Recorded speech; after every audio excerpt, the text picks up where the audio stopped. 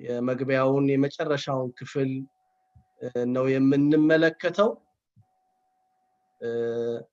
ይታያችሁ እንደሆን ምልክት ሰጡኛላችሁ። ጋሽ ታፈሰ ይታያል? በጣም ጥሩ፣ እግዚአብሔር ያክብርልኝ። ባለፉት ጊዜያት የተለያዩ ነጥቦች አይተናል። በተለይ ባለፈው ሳምንት ይሄንን የጌታችንና የመድኃኒታችን የኢየሱስ ክርስቶስን ቅዱስ ወንጌል የጻፈውን የቅዱስ ዮሐንስን ማንነት በብዙ መንገድ ተመልክተናል። የመጽሐፉ ጸሐፊ እሱ እንደሆነ ከብዙ የመጽሐፍ ቅዱስ ክፍሎች ምስክርነት አረጋግጠን ተመልክተናል። ስለ ወንጌላዊው ስለ ቅዱስ ዮሐንስ ስሞች በስፋት ተምረናል። ከሰባት ያላነሱ ስሞቹን ቅዱሳት መጻሕፍትን ምስክር እያደረግን አንስተን ተምረናል። ወልደ ነጎድጓድ ይባላል፣ ፍቁረ እግዚእ ይባላል፣ ቁጹረ ገጽ ይባላል፣ ሌሎችም ስሞች አምደ ሃይማኖት ይባላል፣ የምስጢር ሐዋርያ ይባላል እያል ስለ ቅዱስ ዮሐንስ ስሞች ሰፊ ነገር ተወያይተናል። ከዚያ በመቀጠል መጽሐፉ ስለተጻፈበት ቦታ፣ መጽሐፉ ስለተጻፈበት ዘመን፣ መጽሐፉ ስለተጻፈበት ቋንቋ ሰፊ ነገሮችን ለማንሳት ሞክረን ነበር። ዛሬ በቀጥታ የምናየው ቀሪውን የመግቢያ ክፍል ነው የምናየው።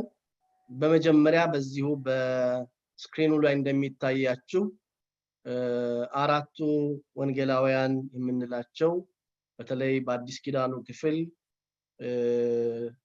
ትልቅ ስፍራ የሚሰጠው የመጽሐፍ ቅዱስ ክፍል ጌታችን አምላካችን መድኃኒታችን ኢየሱስ ክርስቶስ ለ3 ዓመት ከ3 ወር በዚህ ምድር በተመላለሰበት በዘመነ ስጋዌው ያስተማረውን ትምህርት ያደረገውን ተአምራት ከዋለበት እየዋሉ ካደረበት እያደሩ ከቃሉ የሰሙ ደቀ መዛሙርቱ የጻፉትን አራቱን ወንጌላውያን የጻፉትን ክፍል በቤተክርስቲያን በልዩ ሁኔታ ይህን መጽሐፍ ወይም እነኚህን ክፍሎች እንመለከታቸዋለን፣ እናጠናቸዋለን።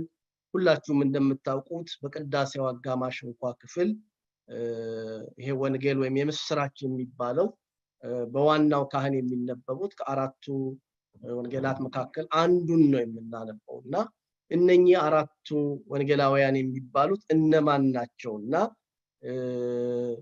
ምሳሌያቸው ምልክትነታቸው በቤተክርስቲያናችን ትምህርት እንዴት ነው የሚገለጠው የሚለውን በአጭሩ ተመልክተን ወደ ቀጣዩ ክፍል እንሄዳለን። አራቱ ወንጌላውያን የሚባሉት ማቴዎስ፣ ማርቆስ፣ ሉቃስ እና ዮሐንስ ናቸው። ማቴዎስ፣ ማርቆስ፣ ሉቃስ እና ዮሐንስ ናቸው። ከነኚህ ከአራቱ ወንጌላውያን መካከል ሁለቱ ቁጥራቸው ከ12ቱ ደቀ መዛሙርት መካከል ነው። ወንጌላዊው ቅዱስ ማቴዎስ እና አሁን የምናጠናውን የዮሐንስን ወንጌል የጻፈው ወይም ክፍሉን የጻፈው ቅዱስ ዮሐንስ ወንጌላዊው እነኚህ ሁለቱ ቁጥራቸው ከ12ቱ ሐዋርያት መካከል ነው። ደግሞ ቀሪዎቹ ሁለቱ ማርቆስ ወንጌላዊና ሉቃስ ቁጥራቸው ከ72ቱ አርድእት ነው። ቤተክርስቲያናችን እነኚህን አራቱን ወንጌላውያን በተለያዩ ምልክት ታነሳቸዋለች፣ ትጠራቸዋለች። በምሳሌነት ትምህርታቸውን አገልግሎታቸውን መሰረት በማድረግ ማለት ነው። ማቴዎስ በሰው ይመሰላል ብላ ቤተክርስቲያን ትናገራለች። ዘብእሲ ማቴዎስ፣ ማቴዎስ በሰው ይመሰላል። ለምንድነው ማቴዎስ በሰው ይመሰላል ብላ ቤተክርስቲያን የምትናገረው ብንል መድኃኒታችን ኢየሱስ ክርስቶስ በስጋ ከአብርሃምና ከዳዊት ዘር መወለዱን በመጽሐፉ የተናገረ የጻፈ ወንጌላዊው ቅዱስ ማቴዎስ ነው። ከዚያም ባሻገር ስለ ኢየሱስ ክርስቶስ ሲጽፍ በብዙ ክፍል ላይ ክርስቶስን የሰው ልጅ ወይም ወልደ እጓለ እመሕያው ያለ በመጥራት የጻፈ ይህ ወንጌላዊ ቅዱስ ማቴዎስ ቁጥሩ ከ12ቱ ሐዋርያት ነው። ምናልባት እዚህ ላይ የታይፕ ስህተት ከሆነ አላውቅም፣ እሱን እንዳትመለከቱት። የታይፕ ስህተት ነው የሚሆነው። ቁጥሩ ከ12ቱ ሐዋርያት ነው። ቅዱስ ማቴዎስ በቀደመው ስሙ ሌዊ ተብሎ የሚጠራ ነው። ቅዱስ ማቴዎስ የስሙን ትርጓሜ የቤተክርስቲያን አባቶቻችን ሲተረጉሙስ ቃሉ የዕብራይስጥ እንደሆነና ሀብተ አምላክ ወይም ደግሞ የአምላክ ስጦታ የሚል የስም ትርጉም እንዳለው በዚህ በቤተክርስቲያናችን የወንጌል ትርጓሜው መቅደም ላይ ተጽፎ እናነባለን። ሀብተ አምላክ ወይም የአምላክ ስጦታ የሚል ትርጉም አለው። አስቀድሞ ለሐዋርያነት ከመጠራቱ አስቀድሞ ቀራጭ እንደነበረ፣ ቀራጮች በመጽሐፍ ቅዱሳችን በአይሁድ ዘንድ በተለይ ልክ እንደ አመንዝሮች እንደሚቆጠሩ እግዚአብሔርን እንደበደሉ ወገን ነው የሚቆጠሩት እና አብዛኛዎቹ ቀራጮች ለሮማውያን ተቀጥረው ይሰሩ ስለነበረ በአይሁድ ዘንድ ብዙ ክብር የሌላቸው ናቸው እና ማቴዎስ ሌዊ በሚባል ስም ይታወቃል። በቀራጭነት ጌታን ያገለገለ ማነው በቀራጭነት ይሰራ የነበረ፣ በኋላ ግን ለጌታ ደቀ መዝሙር እንዲሆን ከቀራጭነት ስፍራ ተጠርቶ ለሚበልጥ አገልግሎት የተለየ ታላቅ ሐዋርያ ነው ወንጌላዊ ቅዱስ ማቴዎስ። ማቴዎስ በሰው ይመሰላል።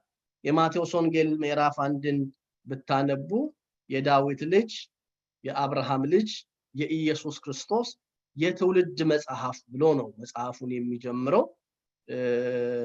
ዳዊትን አስቀድሞ በኋላ አብርሃምን ያነሳል። እንደውም አባቶቻችን ምን ነው አብርሃም ይቀድም የለምን ስለምን ዳዊትን አስቀደመ ቢሉ አባቱን የማያውቅ አያቱን ናፈቀ እንዳይሉት አስቀድሞ ስለ ዳዊት በኋላም ስለ አብርሃም ተናግሯል ብለው በዚህ በትርጓሜ ላይ ይናገራሉና ማቴዎስ በዚሁ በአጭሩ ለግንዛቤ እንዲረዳን ነው። በሰው ይመሰላል ዘበኢሲ ማቴዎስ ይሉታል አባቶቻችን።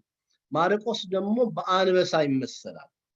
ማርቆስ ወንጌላዊው ቅዱስ ማርቆስ በአንበሳ ይመሰላል። የቅዱስ ማርቆስ የእስክንድርያ ቤተክርስቲያን አባት ነው። ዛሬም የእስክንድርያ ቤተክርስቲያን መንበር የቅዱስ ማርቆስ መንበር ነው። ማርቆስ አባታችን ብለው ነው የሚመኩበት። ቅዱስ ማርቆስ ያ ሁላችሁም እንደምታውቁት እናቱ ማርያም ትባላለች። ሐዋርያትን ለወንጌል ስራ እንዲገለገሉ ደጇን ከፍታ ታስተናግድ የነበረች ደግ እናት ናት። የወንጌላዊው የቅዱስ ማርቆስ እናት ማለት ነው። ወንጌላዊው ቅዱስ ማርቆስ ጌታ ወንጌለ መንግስቱን በሚያስተምር ጊዜ ገና ወጣት ሆኖ በትምህርቱ ልቡ ይቀልጥ የነበረ፣ በትምህርቱ ልቡ በጣም ይደሰት የነበረና በዚሁ ምክንያት በኋላ ጌታን የተከተለ ነው። አጎቱ ይሰማል? ይቅርታ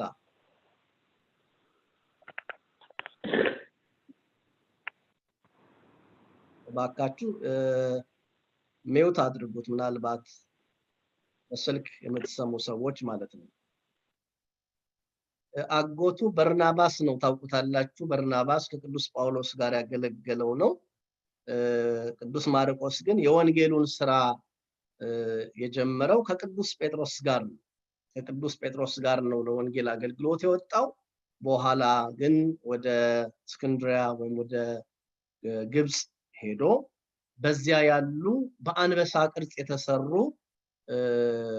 ጣዖታትን በታላቅ ትምህርቱ ቤተ ጣዖትን ሁሉ የመዘበረ፣ ጣዖታቱን ያፈረሰ፣ ወንጌለ መንግስቱን የሰበከ፣ እንደውም ትርጓሜው ላይ በጣም ደስ የሚል ቃል እጓለ አንበሳ የተባለውን ኢየሱስን የሰበከ በዚህ በዮሐንስ ራእይ ምዕራፍ 5 ቁጥር 5 ላይ መጽሐፉን ይገልጥ ዘንድ ማህተሙንም ወይም ሰባቱን ማህተም ይፈታ ዘንድ ከይሁዳ ነገድ ለሆነው አንበሳ ተችሎታል ተብሎ የተነገረለት ከይሁዳ ነገድ የሆነው አሸናፊው አንበሳ ኢየሱስ ክርስቶስ እንደሆነ ይናገራልና እርሱን የሰበከ ነው ቅዱስ ማርቆስ።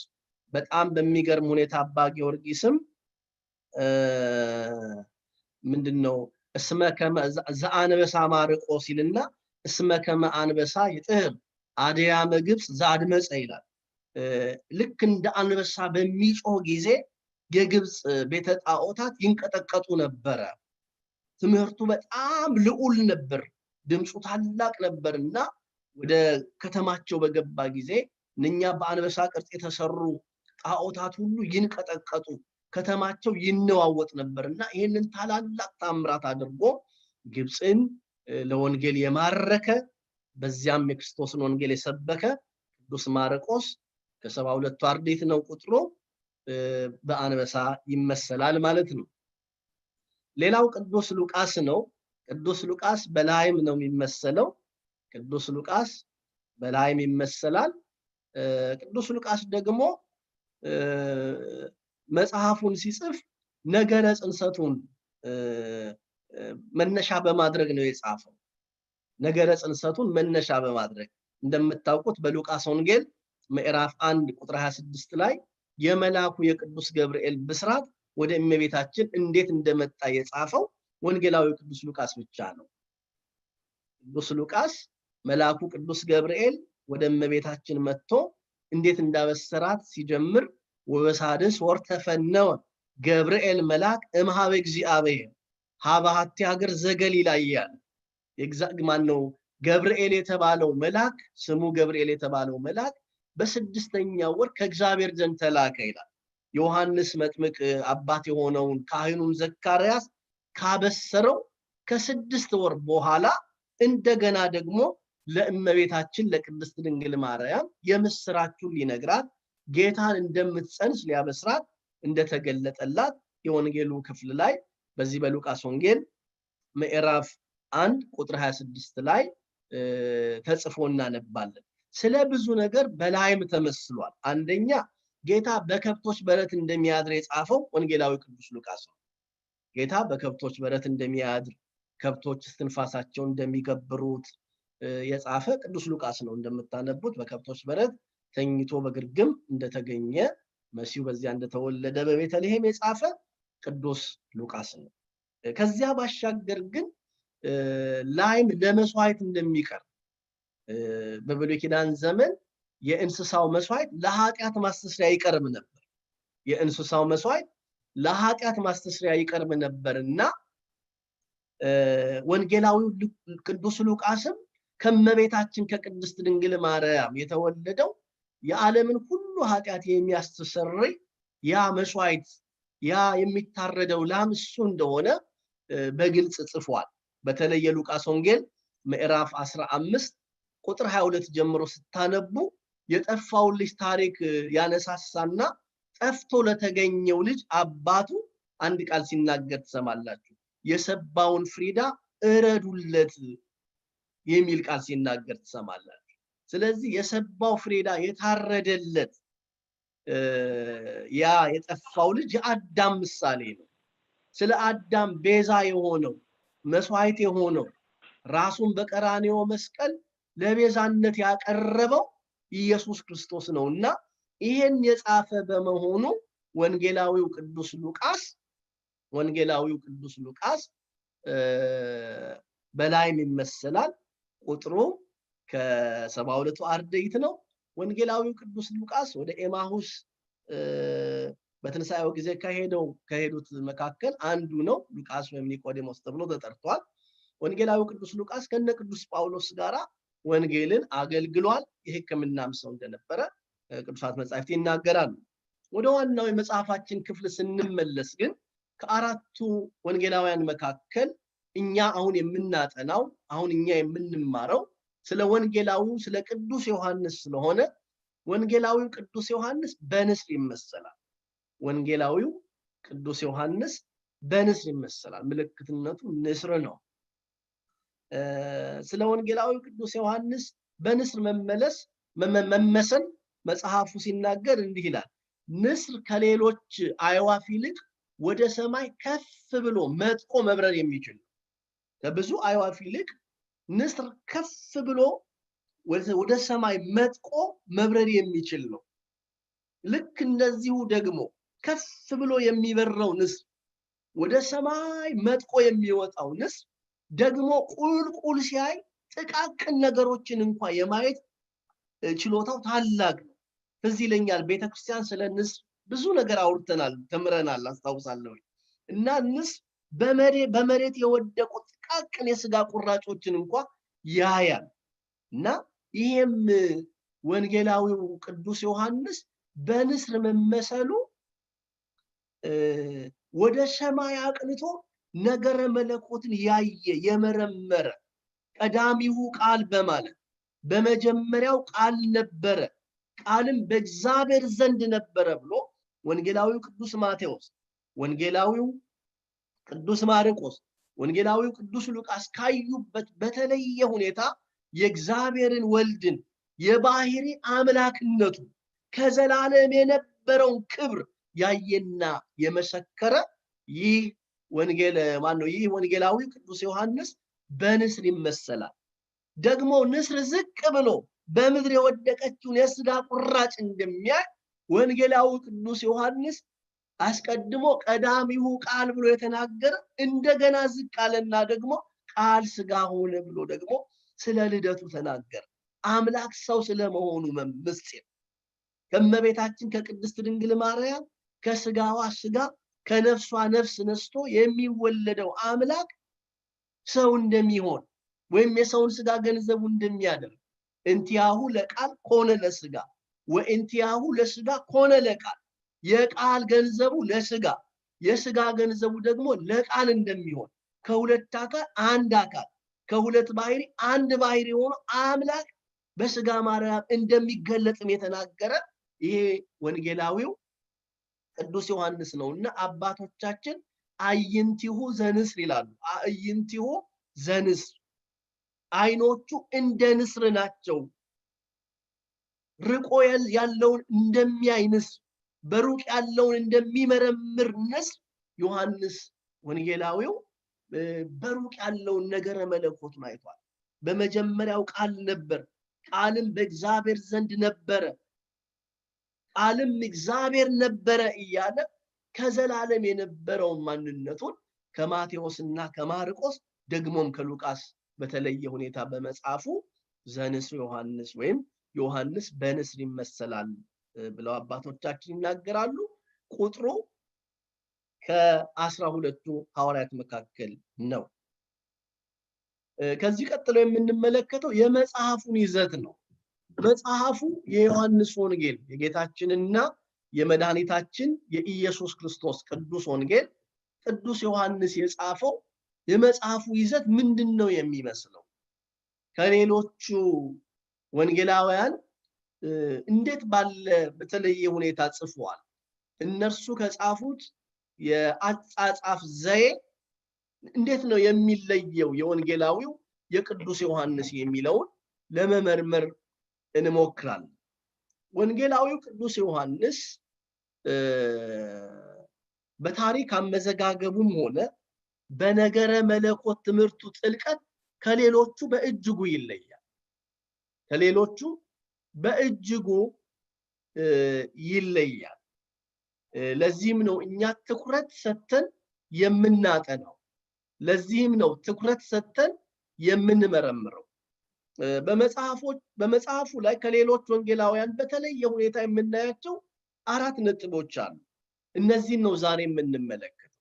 ቅዱስ ማቴዎስ ከጻፈበት መንገድ የተለየ፣ ቅዱስ ሉቃስ፣ ቅዱስ ማርቆስ ከጻፉበት መንገድ በተለየ ሁኔታ ወንጌላዊው ቅዱስ ዮሐንስ የጻፋቸውን ነገሮች እንመለከታለን። አንደኛው ነገሮችን በቅደም ተከተል ዘርዝሮ በማስቀመጥ ከሌሎች ወንጌላውያን ይለያል። ሁሉን ነገር በቅደም ተከተል ዘርዝሮ ነው የጻፈው። እንደምትመለከቱት ወይም ቅድም እንደነገርኳችሁ በመጀመሪያው ቃል ነበር በማለት ከመናገር ጀምሮ ከዘላለም የነበረውን የእግዚአብሔርን ወልድ የባህሪ አምላክነት ከመናገር ጀምሮ ሁሉንም በቅደም ተከተል ዘርዝሮ የጻፈ የተናገረ ይህ ወንጌላዊው ቅዱስ ዮሐንስ ነውና በዚህም ምክንያት ጌታችን ኢየሱስ ክርስቶስ ለ3 ዓመት ከ3 ወር በአገልግሎት ላይ የቆየ መሆኑን ለመረዳት እንችላለን ወይም እንድንረዳ ያደርገናል። እንደምታውቁት ጌታችን አምላካችን መድኃኒታችን ኢየሱስ ክርስቶስ በ30 ዘመኑ ተጠምቋል። ከዚያ በኋላ ለ3 ዓመት ከ3 ወር ነው በዚህ ምድር ላይ ወንጌለ መንግስቱን የሰበከው። ከዛ በኋላ ነው መከራ መስቀል የተቀበለው። ከዛ በኋላ ነው ስለ ሁላችን ወደ መስቀል የወጣው። ስለዚህ እነኚህን 3 ዓመት ከ3 ወር በዚህ ምድር ወንጌለ መንግስቱን እንደሰበከ እንዳስተማረ ህሙማነ ስጋን በተአምራት ህሙማነ ነፍስን ደግሞ በቃሉ ያጽናና ያበረታ እንደነበረ በግልጽ ወንጌላዊው ቅዱስ ዮሐንስ ስለጻፈ የመጽሐፍ አጻጻፍ ዘየው ከነኛ ከማቴዎስ ከማርቆስ ከሉቃስ የተለየ ነው። ይሄን የምናረጋግጠው እንደ ምሳሌ የምናነሳው ጌታ ያከበራቸውን የፋሲካን በዓላት በቅደም ተከተል ያስቀመጠው ወንጌላዊው ቅዱስ ዮሐንስ። ለምሳሌ በዚህ በዮሐንስ ወንጌል ምዕራፍ 2 ቁጥር 13 ላይ አንደኛውን ፋሲካ ጌታ እንዴት እንዳከበረ፣ በዚሁ ደግሞ በምዕራፍ 2 ቁጥር 25 ላይ ሁለተኛውን ፋሲካ እንዴት እንዳከበረ አንዳንድ የመጽሐፍ ቅዱስ ሊቃውንት በዚህ በምዕራፍ 2 ቁጥር 13 እና በምዕራፍ 2 ቁጥር 25 ላይ ያሉት ሁለቱም አንድ ጊዜ ያከበረው በዓል ነው ብለው ይናገራሉ። ሌሎች ደግሞ ሊቃውንት ራሳቸውን ችለው የተለያዩ በዓላት እንደሆኑ ይናገራሉ። በጥቅሉ ግን እንደዚህ በዝርዝር እየጻፈ የነገረን ወንጌላዊው ቅዱስ ዮሐንስ ሶስተኛውን ፋሲካ ደግሞ በዚህ በምዕራፍ 6 ቁጥር 4 ጀምሮ እንዳከበረ ጽፎልናል። አራተኛውንና የመጨረሻውን ፋሲካ ያደረገው በዚህ በምዕራፍ 11 ቁጥር 55 ላይ ነውና ከዚህ በኋላ ፋሲካን ከናንተ ጋር አላደርግም ብሎ መስቀለ ሞቱ እንደደረሰ መከራ የሚቀበልበት ጊዜ እንደደረሰ የነገረን እነኚህን በዓላት ካደረገ በኋላ በእነኚህ በዓላት ውስጥ አንድ ዓመት እየሰጠን ብንሄድ 3 በዓላት በ3 ዓመት ውስጥ በ3 ወራት ውስጥ ደግሞ አራተኛውን ፋሲካ እንዳደረገ የመጽሐፍ ቅዱስ ሊቃውንት ይናገራሉ። እና በዚህ ክፍል ላይ የመጽሐፉን ይዘት በተመለከተ እንድትገነዘቡልኝ እንድትረዱልኝ የምፈልገው መጽሐፉ ቅደም ተከተሉን ጠብቆ በመጽሐፍ ከሌሎች ወንጌላውያን መካከል ወንጌላዊው ቅዱስ ዮሐንስ የተለየ መሆኑን ነው። ሁለተኛው የመጽሐፉ ይዘት ነገረ መለኮታዊ ጭብጥ ያለው ነው። ከሌሎቹ በተለየ ሁኔታ ወንጌላዊው ቅዱስ ዮሐንስ ሲጽፍ የመጽሐፉ ይዘት የነገረ መለኮት ጭብጥ ያለው። አብዛኛዎቹ ወንጌላውያን የጻፉት ነገረ ትስብእቱ ላይ ነው ያተኮሩ፣ ወይም ሰው የሆነው አምላክ በዚህ ምድር እንዴት እንደተመላለሰ ነው የገለጡት። የስጋዌውን ነገር ነው በብዛት የጻፈው። ወንጌላዊው ቅዱስ ዮሐንስ ግን በመጽሐፉ መጀመሪያ ጀምሮ በመጽሐፉ በርካታ ክፍሎች ውስጥ ከዘላለም የነበረውን ቅድምናውን የባህሪ አምላክነቱን ከአብና ከመንፈስ ቅዱስ ጋር ሁሉን የሚገዛ ሁሉን የፈጠረ እንደሆነ በብዙ ሐሳቡ ቅዱስ ዮሐንስ ወንጌላዊ ሲገልጥ እንመለከታለንና አደራሁንም ደግሜ ነግራችኋለሁኝ ትምህርት ስለሆነ በማስተዋል ስሙ። የመጽሐፉ ይዘት ነገረ መለኮታዊ ጭብጥ ያለው እንደምትመለከቱት ወይም ቅድም እንደነገርኳችሁ ወንጌላዊ ማቴዎስ ሲጽፍ የዳዊት ልጅ የአብርሃም ልጅ የኢየሱስ ክርስቶስ የትውልድ መጽሐፍ ብሎ ነው የሚጀምረው። ይሄ የኢየሱስ ክርስቶስን ሁለተኛ ልደቱን ነው የሚያሳየን፣ ከመቤታችን ከድንግል ማርያም የተወለደውን ማለት ነው። ሁላችሁም እንደምታውቁት ሁሌም ደጋግሜ እንደምናገረው ቤተክርስቲያናችን ነአምን ክልኤተ ልደታት ሁለት ልደት እንዳለው ለወልድ እናምናለን የምትለው አንደኛው ቅድመ ዓለም ከአብ የተወለደው ልደት ማለት ነው። ያለ እናት ከአብ የተወለደው ልደት። ይሄ ልደት ዘመን የማይቆጠርለት ልደት ነው። ይሄ ልደት የማይመረመር ልደት ነው። ይሄ ልደት ረቂቅ ልደት ነው። ይሄንን ልደት የቤተክርስቲያን ሊቃውንት አካል ዘእም አካል ባህሪ ዘእም ባህሪ የሆነ ልደት ነው። ይሄንን ያህላል፣ ይሄን ይመስላል፣ በዚህ ዘመን ሆኗል አይባልም። ምክንያቱም አብ ከወልድ ተለይቶ የኖረበት ዘመን ስለሌለ፣ ወልድም ከአብ ተለይቶ የኖረበት ዘመን ስለሌለ፣ መንፈስ ቅዱስም እንዲሁ ስለሆነ ያ የመጀመሪያው ልደት ረቂቅ ልደት፣ የማይመረመር ልደት፣ የማይተረጎም ልደት ነው የሚሉ። ቅዱስ ማቴዎስ ግን የጻፈው ስለ ሁለተኛው ልደት ነው። የዳዊት ልጅ የአብርሃም ልጅ የኢየሱስ ክርስቶስ ልደት ብሎ እንደውም ኢየሱስ ክርስቶስ በዚህ ምድር በተመላለሰ ዘመን ያደረጋቸውን ነገሮች ጽፈዋል። ሕግ ጠባያዊ እና ሕግ መጽሐፋዊ መፈጸሙን ይናገራል። ሕግ ጠባያዊ ማለት ኢየሱስ ክርስቶስ በየጥቂቱ ማደጉ ከናቱ ምግቦችን እየለመነ ከናቱ ጡት ወተትን ምግብን እየለመነ እንደ ሕፃናት ማልቀሱ፣ በቁመትም በየጥቂቱ ማደጉ፣ ይሄ ሕግ ጠባያዊ ነው። ልክ ሰው እንደሚኖረው እንደ አንድ ሰው እድገት ነው የጌታ እድገት የተከናወነው፣ እንደ አንድ ሰው ፍጹም ሰው ስለሆነ ማለት ነው። ሁለተኛው ሕግ መጽሐፋዊን ፈጽሞ ነበረ። ሕግ መጽሐፋዊ የሚባለው ደግሞ የኦሪትን ሕግ ፈጽሞ ነበር። በስምንተኛው ቀን ወደሚገዝሩት ሄዶ ነበር። በ40ኛው ቀን ወደ ቤተ መቅደስ እጓለ ርግብና ዘውገ ማዕነቅ ይዘው የሉቃስ ወንጌል ምዕራፍ 2 ቁጥር 23 ጀምሮ እንደምታነቡ ወስደውት ነበረ። እናቱ ማርያምና አረጋዊ ዮሴፍ ወደ ቤተ መቅደስ ወስደውት ነበረ። የ12 ዓመትን በሞላው ጊዜ ወደ ቤተ መቅደስ ሄደ የሚል ቃል ታነባላችሁ። ስለዚህ በዚህ ክፍል ውስጥ ሕግ ጠባያዊና ሕግ መጽሐፋዊን ፈጽሟል። ይሄ በዘመነ ስጋዌው የሆነው ዮሐንስ ከዚህ ይለያል የምላችሁ አሁንም ግልጽ ለማድረግ ነገረ መለኮታዊውን በማንሳት መጽሐፍ የጀመረ በመሆኑ የመጽሐፉ ይዘት ከማቴዎስም ከማርቆስም ከሉቃስም ከነኚህ ከሶስት ወንጌላውያን አጻጻፍ ስልቱ ይዘቱ ይለያል። ይህንንም በአራት መንገዶች ለማየት እንሞክራለን። ሀ የሚለውን የተመለከታችሁ ነው። የወልድን ከዘላለም የነበረውን ቅድምና በመጥቀስ በመጽሐፉ መጀመሪያ ምዕራፍና በሌሎችም ምዕራፍ መግለጹን እነማን ምን በማለት እንመልከተው። ሲጀምር ተመልከቱ። እነ ቅዱስ ማቴዎስ፣ እነ ቅዱስ ሉቃስ፣ እነ ቅዱስ ማርቆስ ከጻፉት በተለየ ሁኔታ ሲጀምር በመጀመሪያው ቃል ነበረ፣ ቃልም በእግዚአብሔር ዘንድ ነበረ ብሎ ነው የጀመረው። ከዘላለም የነበረው ነገረ መለኮታዊውን ጭብጥ መሰረት በማድረግ ነው የጻፈው። የአብርሃም ልጅ ብሎ አልጀመረም። የዳዊት ልጅም ብሎ አልጀመረም። በስድስተኛው ወር ገብርኤል መልአክ ከእግዚአብሔር ዘንድ ተላከ ብሎ ከጽንሰቱ እንደ ወንጌላዊ እንደ ቅዱስ ሉቃስ አልጻፈም። ስለዚህ ይሄ የሚያሳየን የመጽሐፉ ይዘት ከሌሎች ወንጌላውያን እንደሚለይ ነው።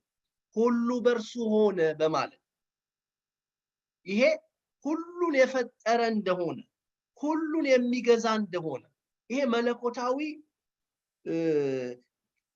ክብሩን፣ ገናንነቱን፣ እግዚአብሔርነቱን፣ ፈጣሪነቱን ነው የሚያሳየው። ክፍሉን አነባዋለሁ። በመጀመሪያ ቃል ነበር፣ ቃልም በእግዚአብሔር ዘንድ ነበር አለ። ቃልም እግዚአብሔር ነበረ። ይሄ ሁሉ መለኮታዊ ባህሪውን ነው የሚገልጸው። ይህም በመጀመሪያ በእግዚአብሔር ዘንድ ነበረ፣ ሁሉ በእርሱ ሆነ፣ ከሆነው አንዳችስ እንኳ ያለ እርሱ አልሆነም። ይሄ ሁሉ ፈጣሪ ዓለማት እንደሆነ፣ ዓለምን የፈጠረ፣ ዓለምን የሚመግብ፣ ዓለምንም አሳልፎ ለዘላለም የሚኖር አምላክነቱን የሚያሳይ አጻጻፍ ነው። በሌላ ክፍል ላይ ስታነቡ ስለራሱ ሲናገር አንተ ማነህ እያሉ ሲጠይቁት እኔ ከአብ ዘንድ የነበርኩኝ ከመጀመሪያው የነበርኩኝ ነኝ እኔና አብ አንድ ነን እያለ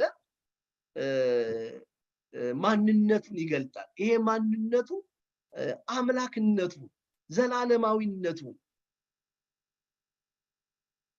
በትምህርተ ህላዌ አብ በወልድ ውስጥ ህልው እንደሆነ ከአብ ጋር ነበርኩ አብ በኔ ያለ እኔም በአብ ውስጥ አለው መንፈስ ቅዱስም እንደዚሁ።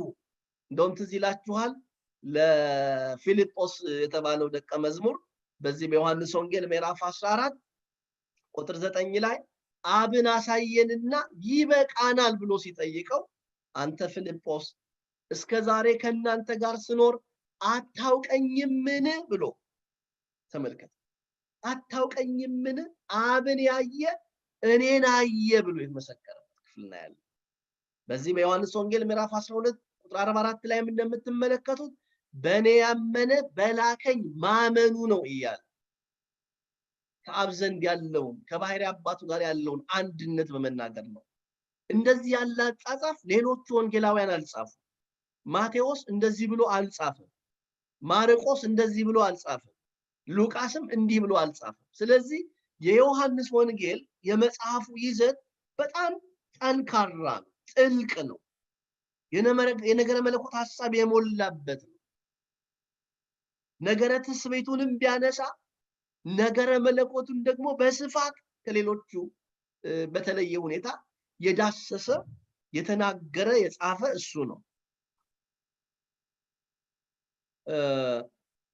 ወይም ሁለተኛው ጌታችን መድኃኒታችን ኢየሱስ ክርስቶስ በተለየ ሁኔታ ስለራሱ በግል እኔ ነኝ በማለት የተናገረውን በመዘገቡ ከሌሎቹ ወንጌላውያን የዚህ መጽሐፍ ይዘት ይለያል። እነ ማቴዎስን እነ ማርቆስን እነ ሉቃስን እነኚህን ሶስቱን ወንጌላውያን የጻፉትን ብትመለከቱ ጌታ በዘመነ ስጋዌው እኔ ነኝ እያለ የተናገረውን ነገር አልጻፉም፣ አልመዘገቡ። እንደ ምሳሌ እንመጣበታለን። የሕይወት እንጀራ እኔ ነኝ ያለውን ማቴዎስ አልዘገበው፣ ማርቆስ አልዘገበው፣ ሉቃስ አልዘገበው። እኔ ሕይወትና መንገድ ነኝ ብሎ የተናገረውን ማርቆስ አልዘገበው፣ ማቴዎስም አልዘገበው፣ ሉቃስም አልዘገበው። ስለዚህ የወንጌላዊ የቅዱስ ዮሐንስ አጻጻፍ በጣም የሚገርም ነው። በእነኚህ ሁሉ ያጻጻፍ ስልቱ ወይም የመጽሐፉ ይዘት ከሌሎቹ ይለያል። በዝርዝር እንመልከት። የሕይወት እንጀራ እኔ ነኝ።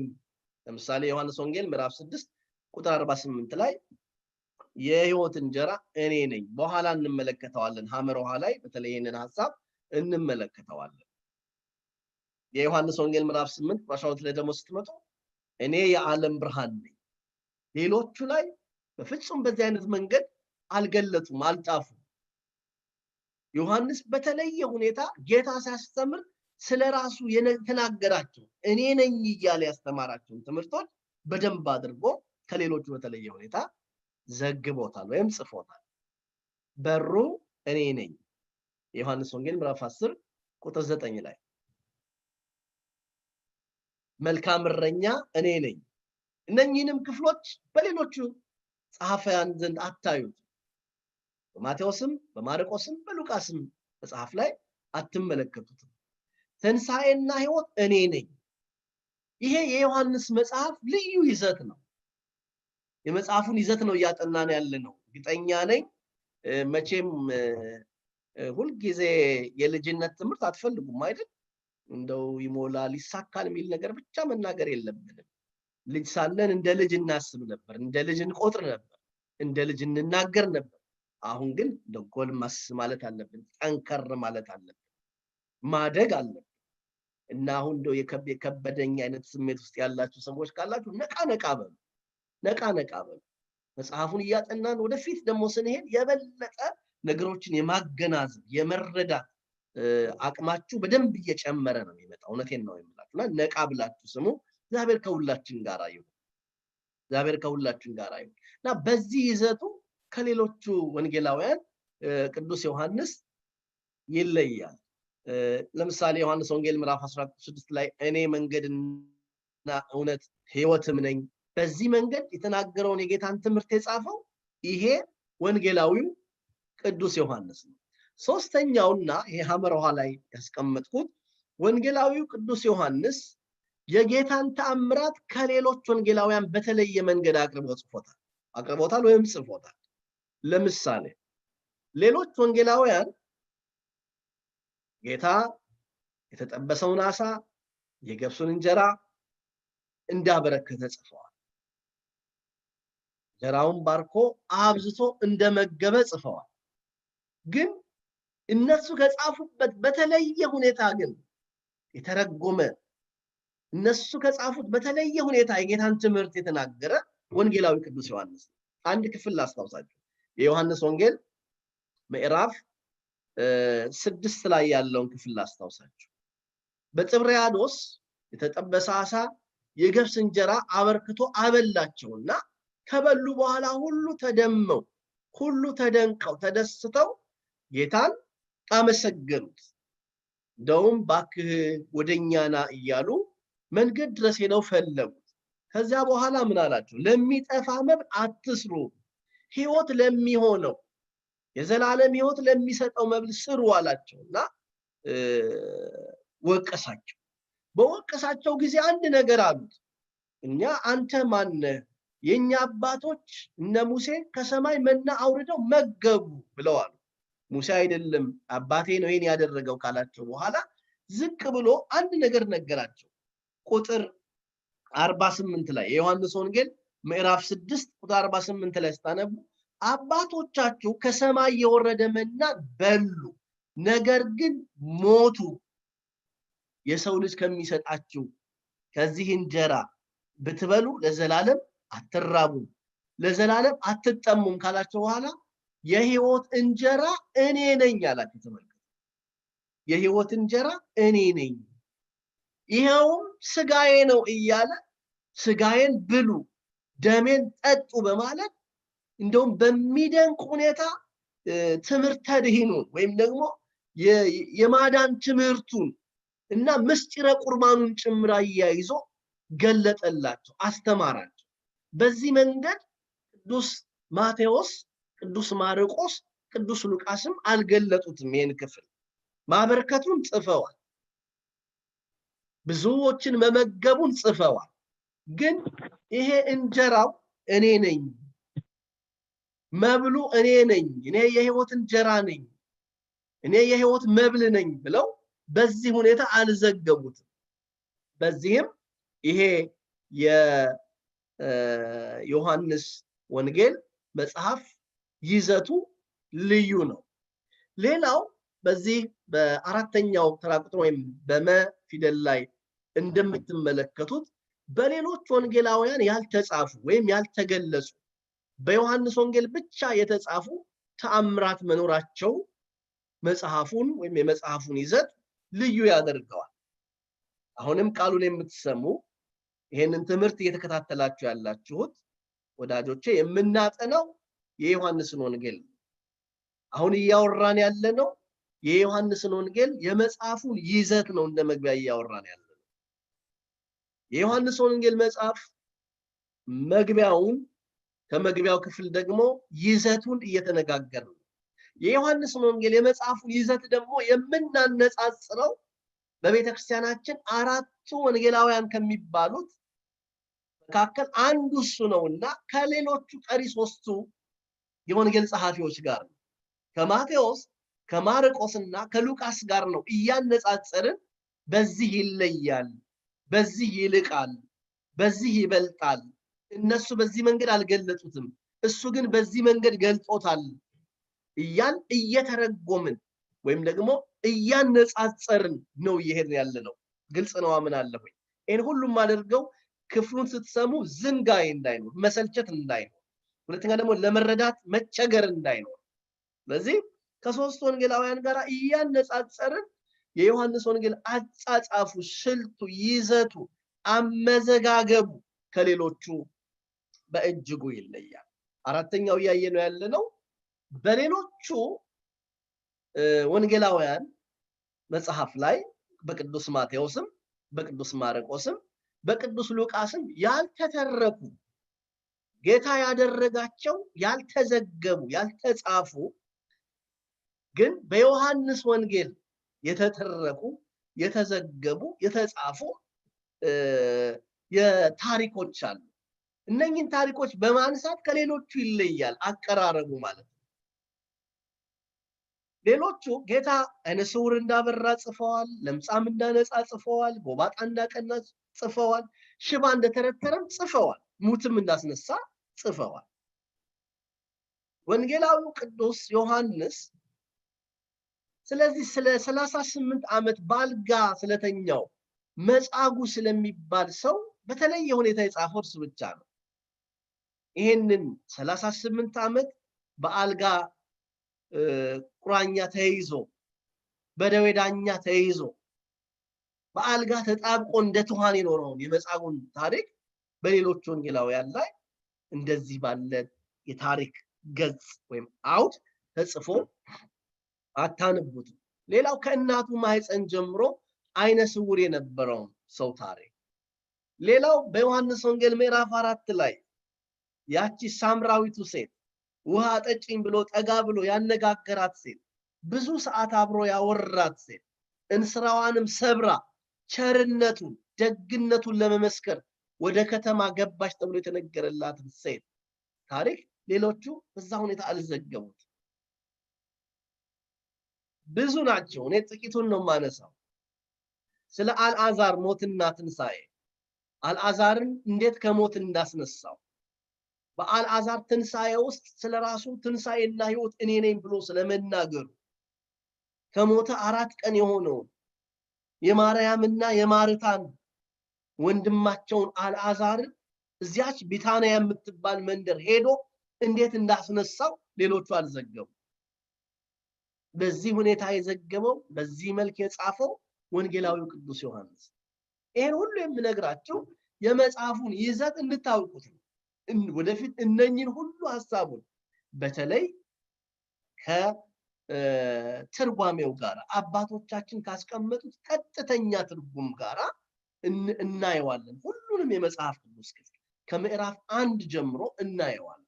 ስለዚህ እስካሁን ባየናቸው ክፍሎች ሁሉ እየተረዳን ያለነው የመጽሐፉን ይዘት የጸሐፊውን ማንነት እንደ መቅድም ወይም እንደ መግቢያ ነው እየተነጋገርን ያለነው እና ማንም ሰው ቢጠይቃችሁ አሁን ትንሽ ነገር አላችሁ፣ እግዚአብሔር ምስክሬ ነው፣ ትንሽ ነገር አላችሁ። በእውነት ወንጌላዊ ቅዱስ ዮሐንስ ማን ነው ብትባሉ በዚህ በ2 ቀንና በ3 ቀን ትምህርታችን ለይታችሁታል። ከመጥምቁ ዮሐንስ ለይታችሁ አባቱ ዘብዴዎስ ነው ትላላችሁ፣ እናቱ ማርያም በዋፍልያ ናት ትላላችሁ፣ ከአሳ አጥማጅነት ለወንጌል ስራ የተጠራ ነው ትላላችሁ፣ ታላቅ ወንድሙ ያዕቆብ ይባላል ትላላችሁ።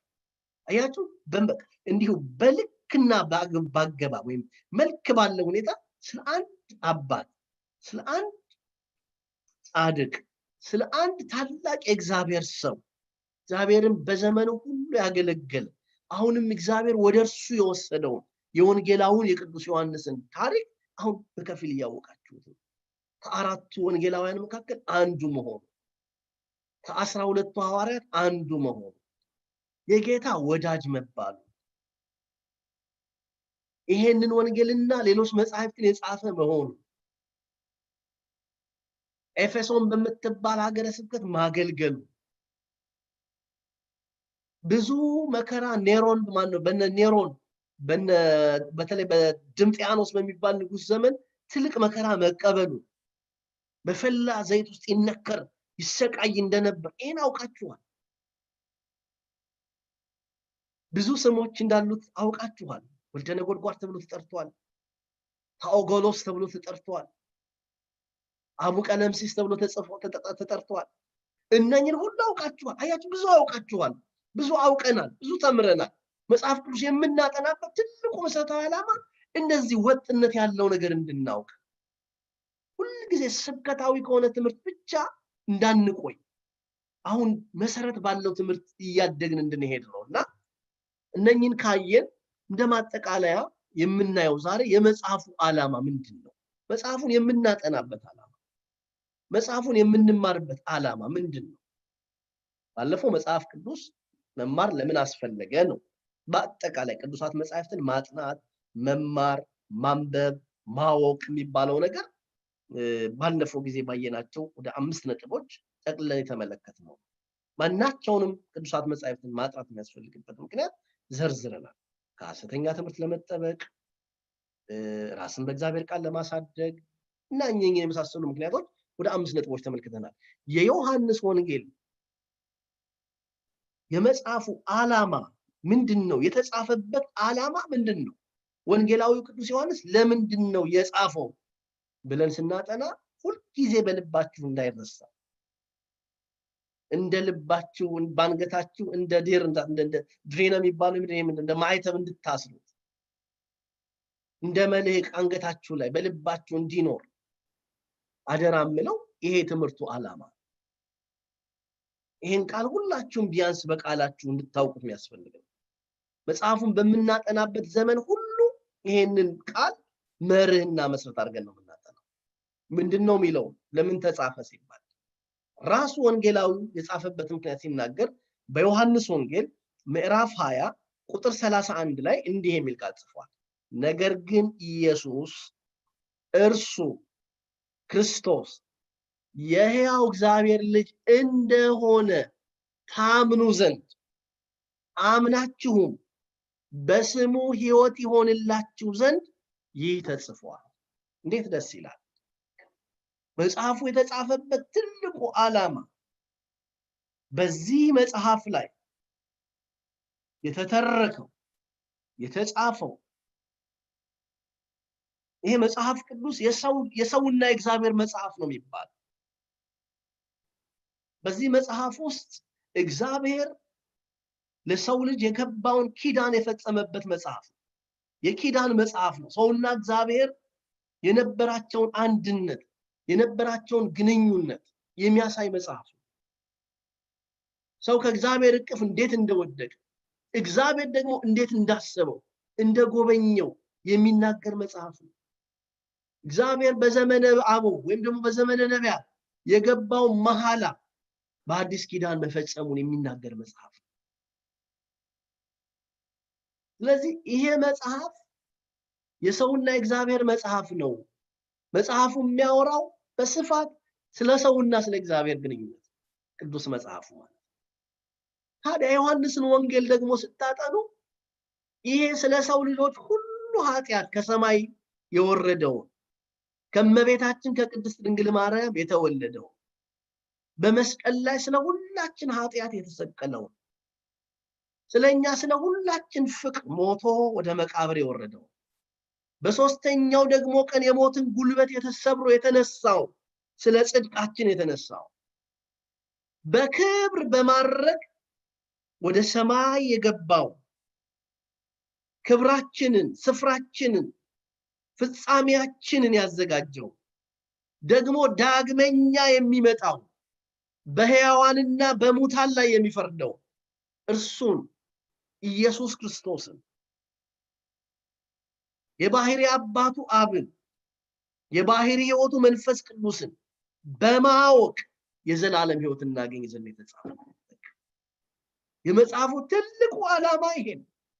ነገር ግን ኢየሱስ እርሱ ክርስቶስ የሕያው እግዚአብሔር ልጅ እንደሆነ ታምኑ ዘንድ አምናችሁም በስሙ ሕይወት እንዲሆንላችሁ ይህ ተጽፏል።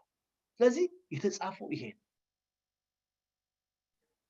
የአዲስ ኪዳን ትምህርት ትልቁ ሐሳብ ክርስቶስ የሕያው እግዚአብሔር ልጅ መሆኑን ማወቅ፣ እግዚአብሔር ስለ ኃጢአታችንና ስለ በደላችን ብሎ ተቀዳሚ ተከታይ የሌለው ልጁን መላኩን ነው የአዲስ ኪዳን መጽሐፍ ይነግረናል።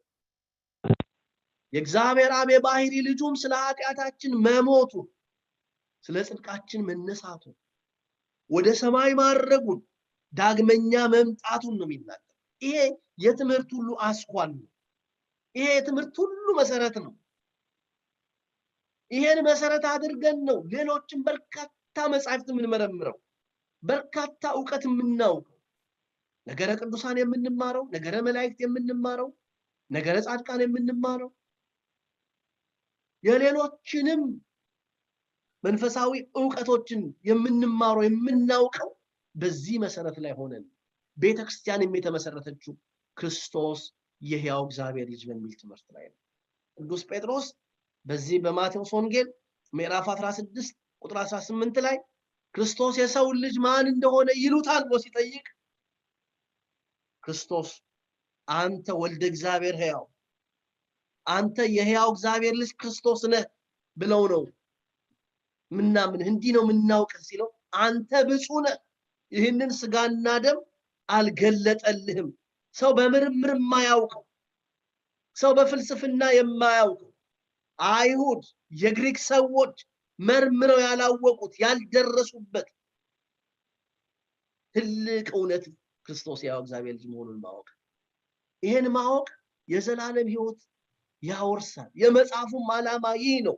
በዮሐንስ ወንጌል ምዕራፍ 3 ቁጥር 16 ላይ በእርሱ የሚያምን ሁሉ የዘላለም ሕይወት እንዲኖረው እንጂ እንዳይጠፋ እግዚአብሔር አንድያ ልጁን እስኪሰጥ ድረስ ዓለሙን እንዲሁ ወዷል የተባለ ይሄንን እውነት የምናጠናበት የምንመረምርበት እግዚአብሔር እንዴት ባለ ፍቅር እንደወደደ ዮሐንስ አፈወርቅ አባታችን እንደተናገረው እግዚአብሔር ዓለሙን ከፈጠረበት ጥበቡ ይልቅ እግዚአብሔር ዓለሙን ያዳነበት ጥበብ ይበልጣል እንዳለው የዳንበትን እውነት የምንማርበት መጽሐፍ እዚህ በዮሐንስ ወንጌል ምዕራፍ 10 ላይ ቁጥር 10 እንዲህ የሚል ቃል ተጽፎ እናነባለን። ኢየሱስ ክርስቶስ ለምን ወደዚህ ምድር እንደመጣ ሲናገር ወንጌላዊው ቅዱስ ዮሐንስ እኔ ሕይወት እንዲሆንላችሁ እንዲበዛላችሁም መጣው። እንዴት ደስ ይላል! እኔ ሕይወት እንዲሆንላችሁ እንዲበዛላችሁም መጣው። በመልእክቱም ወንጌላዊው ቅዱስ ዮሐንስ በብዙ ክፍል ላይ ብታነቡ ልጁ ያለው ሕይወት አለው ይላል። እግዚአብሔር በዓለም ፍጻሜ ዓለሙን የወደደበት የጎበኘበት በስጋ ማርያም በመገለጥ እንደሆነ ለፈቃዱ አምላክ ዝቅ ብሎ አራያ ገብር ነስቶ የባሪያም መልክ ይዞ እንደወደደን የምናጠናበት የምንማርበት እግዚአብሔርን በእውነት የምናውቅበት የመጽሐፍ ቅዱስ ጥናት ነው የሚሆነው። ስለዚህ አደራችሁም እንደው ሁላችሁም ትኩረት ስጡ። ለሌሎች ትምህርቶች ጊዜ እንደምትሰጡ ለስራችሁ ጊዜ እንዳላችሁ ወደ ሌሎች ትምህርት ቤቶች እየሄዳችሁ ለስጋ የሚጠቅሙ ዕውቀቶችን እንደምትቀስሙ በእነርሱም ምድራዊ ሕይወታችሁን በአግባቡ እንደምትመሩ በስኬት እንደምትመሩ መንፈሳዊ ሕይወታችንን በስኬት ለመምራት መንፈሳዊ ሕይወታችንን ጤናማ ለማድረግ የእግዚአብሔር ቃል ዕውቀት ያስፈልገናል። ዕውቀት ከማጣቱ የተነሳ ህዝባችን ጠፍቷል። ህዝቡ ነጉዷል።